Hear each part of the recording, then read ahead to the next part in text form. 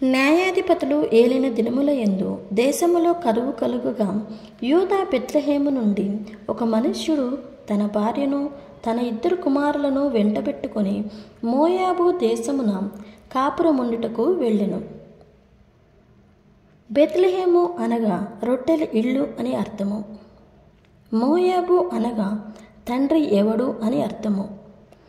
ఆ మనుష్యుని పేరు ఎలీమెలెకు. అతని భార్య పేరు నయోమి. అతనికి 2 కుమారులు ఉండిరి. వారి పేర్లు మహలోను, కిల్యోను.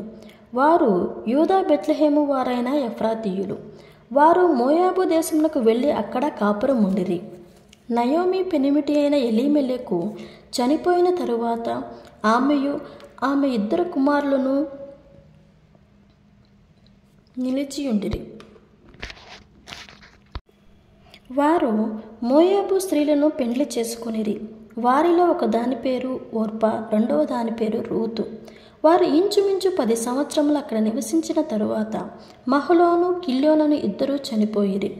కాగా ఆ స్త్రీ తాను కనిన 2 కుమారులను తన పెనిమిటియు లేనిదాయను.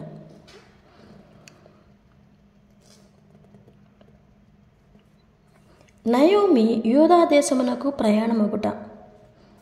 వారికి ఆహారమిచ్చుటకు యెహోవా తన జనులను దర్శించునని ఆమె మోయాబు దేశములో వినెను గనుక మోయాబు దేశం నుండి విడిచి వెళ్ళుటకై ఆమెయు ఆమె కోండ్రండ్రును ప్రయాణమయ్యిరి. అప్పుడు ఆమె ఉన్న స్థలమందు ఆమెతో కూడా ఆమె 2 కోడండ్లు బయలుదేరి యూదా దేశమునకు తిరిగిపోవాలని మార్గమున వెళ్ళుచుండగా నయోమి తన 2 కోండ్రండ్లను చూచి, మీరు మీ తల్లుల ఇండ్లకు తిరిగి వెళ్ళుడి. చనిపోయిన వారి ఎడలను నా ఎడలను మీరు దయచూపినట్లు యెహోవా మీ ఎడల దయచూపును కాక. మీలో ఒక్కొక్కటి పెండ్లి చేసుకొని తన ఇంట నెమ్మది నొందునట్లుగా యెహోవా దయచేయును కాక అని వారితో చెప్పి వారిని ముద్దు పెట్టుకొనెను. అంతటా వారు ఎలుగెత్తి ఏడ్చి, నీ ప్రజల యొద్దకు నీతో కూడా వచ్చుతామని ఆమెతో చెప్పెను. నయోమి, నా కుమార్తెలారా, మీరు మరలుడి. నాతో మీరు రానేలా? మిమ్మల్ని పెండ్లి చేసుకున్నట్టుకై ఇంకా కుమారులు నా గర్భము నుందురా? నా కుమార్తెలారా, తిరిగి వెళ్ళుడి. నేను పురుషునితో నుండలేని ముసలిదానను. నాకు నమ్మిక కలదని చెప్పి ఈ రాత్రి ఏ పురుషునితోనూ నేను కుమారులను కనినను వారు పెద్దవారగు వరకు వారి కొరకు మీరు కనిపెట్టుకొందురా?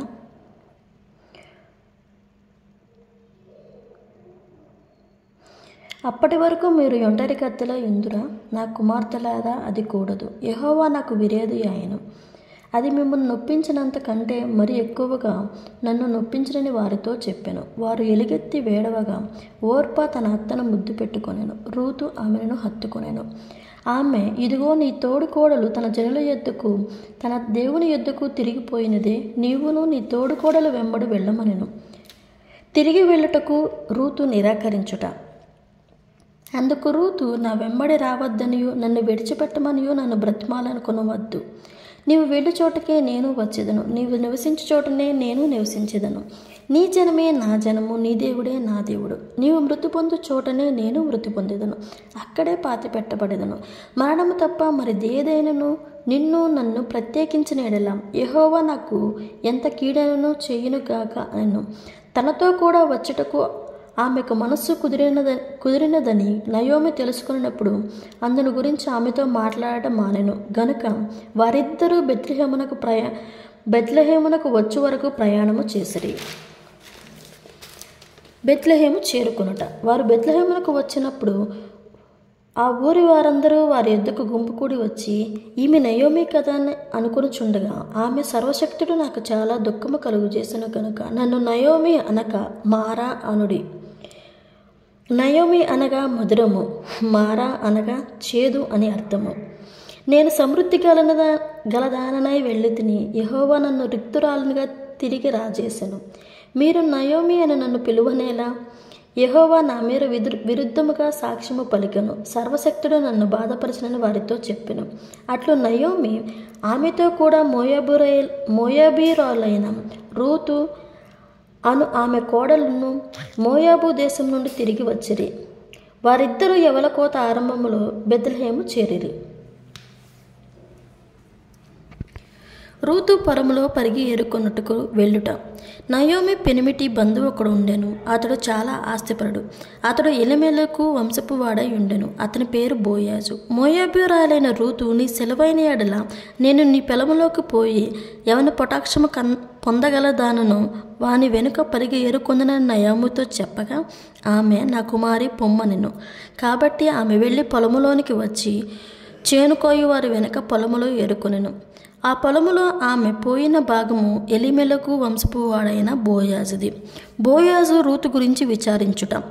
బోయాజు బెత్లెహేము నుండి వచ్చి, ఇశ్రాయేలీలు దేవుడైన యెహోవా మీకు తోడై ఉండును గాకని చేనుకోయి వారితో చెప్పగా వారు, యెహోవా నిన్ను ఆశీర్వదించును గాకనిరి. అప్పుడు బోయాజు కోయువారి మీద ఉంచబడిన తన పనివారిని చూచి, ఈ చిన్నది ఎవరని అడుగగా, కోయువాని మీద నుంచబడిన ఆ పనివాడు, ఈమె మోయాబు దేశం నుండి నయోమితో కూడా తిరిగి వచ్చిన మోయాబురాలైన యవనురాలు. ఆమె, నేను కోయువారి వెనుకకు పనల మధ్యను ఏరుకొని కూర్చుకుంటకు దయచేసి నాకు సెలవిమ్మని అడిగాను.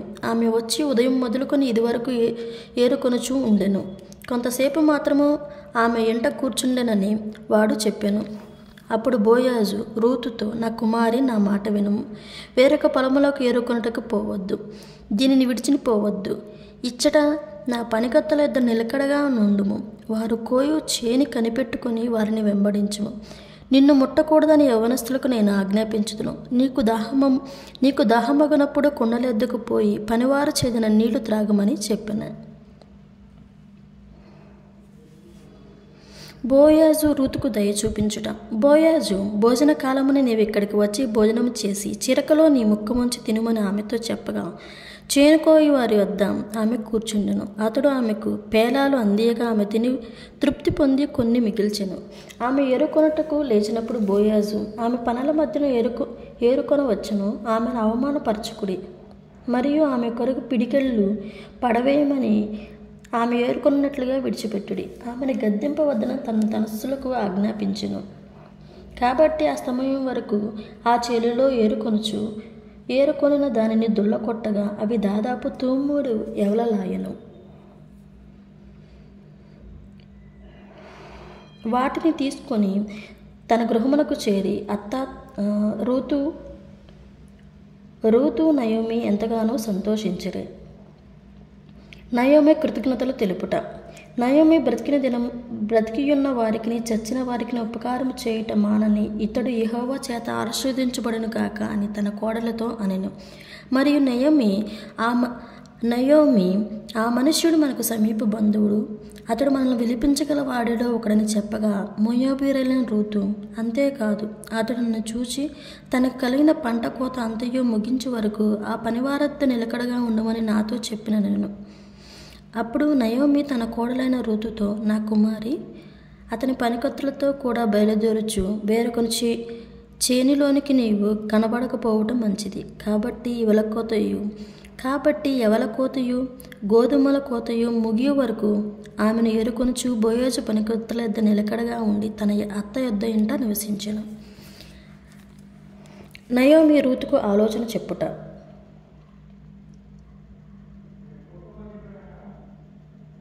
నా కుమారి, నీకు మేలు కలుగునట్లు నేను నీ కొరకు విశ్రాంతిని ఆచరింపవలసిన దానను కదా.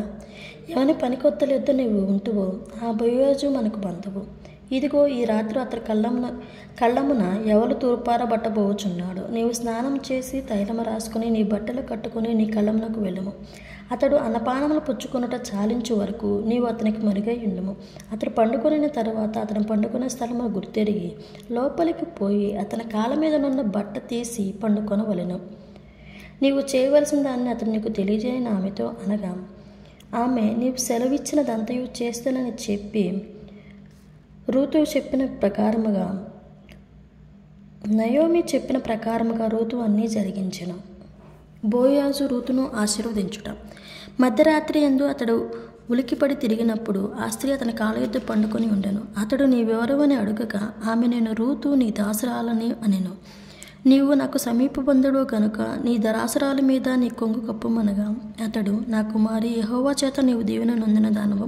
కొద్దివారినే గాని గొప్పవారినే గాని యవనస్తులను నీవు వెంబడింపక ఉండుట వలన నీ మినుపటి సత్ప్రవర్తన కంటే వెనుకటి సత్ప్రవర్తన మరీ ఎక్కువైనది. కాబట్టి కుమారి, భయపడకము, నీకు చెప్పినదంతయు నేను చేసేదను. నీవు యోగ్యురాలవని నా జనులందరూ ఎరుగుదురు. నేను నిన్ను విడిపించగలవాడనన్న మాట వాస్తవమే. అయితే నీకు నాకంటే సమీప బంధువుడు ఒకడున్నాడు. ఈ రాత్రి ఉండుము. ఉదయమున అతడు నీకు బంధుధర్మం జరిపిన ఎడల సరే, అతడు విడిపింపవచ్చును. నీకు ధర్మము జరుపుటకు అతనికి ఇష్టం లేకపోయిన ఎడల యెహోవా జీవము తోడు, నేను నీకు బంధుధర్మం జరిపేదను. ఉదయం వరకు పండుకొనమని చెప్పి రూతు చెప్పెను. రూతు నయోమి యొద్దకు తిరిగి వచ్చెను. బోయాజు పురద్వారం దగ్గరకు పోయి అక్కడ కూర్చుండగా బోయాజు చెప్పిన సమీప బంధువుడు త్రోవను వెళ్ళుచుండెను గనుక బోయాజు, ఓయి, ఈ తట్టు తిరిగి ఇక్కడ కూర్చోమను అని పిలవగా బోయాజు ఊరి పెద్దలలో 10 మందిని పిలిపించుకొని ఇక్కడ కూర్చుండమని చెప్పగా వారు కూర్చుండెడి.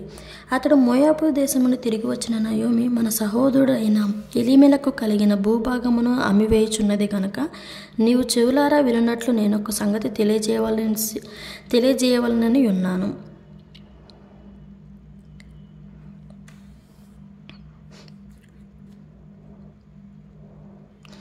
నీకు సమ్మతించిన ఎడల ఆ బంధుధర్మము నువ్వు జరిపిన ఎడల సరే, నువ్వు బంధుధర్మం జరపని ఎడల నేను ఆమె పట్ల బంధుధర్మం జరిపించి ఆమెను భార్యగా చేసుకుందుననెను.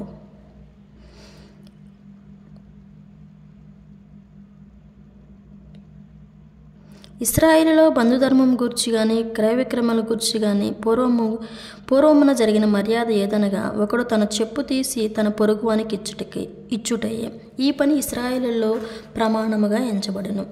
ఆ బంధువుడు నీవు దానిని సంపాదించుకొనుమని బోయాజుతో చెప్పి తన చెప్పు తీయగా బోయాజు భూమిని రూతును విడిపించుట. బోయాజు ఎలిమెలకు కలిగిన యావత్తును, కిల్యోనును మహలోనుకు కలిగిన యావత్తును నయోమి చేతి నుండి సంపాదించినని నేనన్నందుకు మీరు ఈ దినమున సాక్షులై ఉన్నారని, చనిపోయిన వారి పేరట అతని సాక్ష్యము స్థిరపరచబడినట్లు చనిపోయిన వారి పేరు అతని సహోదరుల నుండి అతని స్థలము యొక్క ద్వారం నద్దు నుండి కొట్టుబడ వేయక ఉండునట్లును నేను మహలోను భార్య అయిన రూతును మోయాబీయురాలుని సంపాదించుకొని పెండ్లి చేసుకొంచున్నాను. దీనికి మీరు ఈ దినమున సాక్షులై ఉన్నారని పెద్దలందరితోనూ ప్రజలందరితోనూ చెప్పిన. అందుకు పురద్వారమున నుండిన ప్రజలందరూ పెద్దలను, మేము సాక్షులము, యెహోవా నీ ఇంటికి వచ్చిన ఆ స్త్రీని ఇశ్రాయేలు వంశమును వర్ధిల్ల చేసిన రాహేలును పోలిన దానిగాను లేయాను పోలిన దానిగాను చేయునుగాక అనిరి. ఆ విధముగా రూతు గారు బోయాజు గారిని వివాహం చేసుకున్నారు.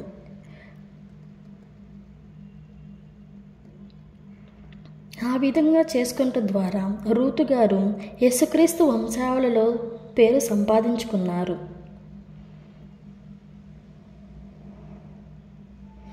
అప్పుడు స్త్రీలు, ఈ దినమున నీకు బంధువుడు లేకుండా చేయనని యెహోవా స్తుతినందును గాక, ఆయన నామం ఇశ్రాయేలులో ప్రకటింపబడును గాక. నిన్ను ప్రేమించి 7 కుమారుల కంటే నీవు ఎక్కువగానున్న నీ కోడలిని ఇతని కనెను. అతడు నీ ప్రాణమును నోదార్చి ముసలితనమున నీకు పోషకుడని నయోమితో చెప్పెను. ఆ విధంగా రూతు గారికి బోయాజు గారు జన్మించారు.